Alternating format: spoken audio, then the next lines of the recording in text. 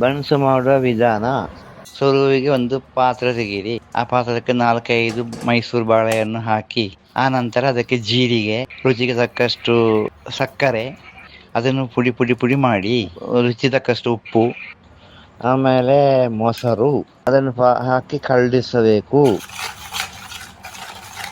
ಆಮೇಲೆ ಸ್ವಲ್ಪ ಅಡಿಗೆ ಸೋಡಾ ಸ್ವಲ್ಪ ಸಾಕು, ಅದನ್ನು ಹಾಕಿ ಕರಡಿಸಿ. ಆಮೇಲೆ ಮೈದಾ ಹಾಕಿ ಫುಲ್ ಕರಡಿಸಬೇಕು.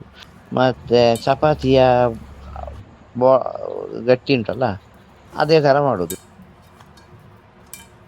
ಅದಕ್ಕೊಂದು ಮೇಲಿಗೆ ಸ್ವಲ್ಪ ಎಣ್ಣೆ ಹಾಕಿ, ಇಂದು ಸಂಜೆ ಕಲಿಸಿದರೆ ನಾಳೆ ಬೆಳಿಗ್ಗೆ ಅದು ಮಾಡ್ಬೋದು. 8 ಗಂಟೆ ಅದು ಉಬ್ಬಬೇಕು.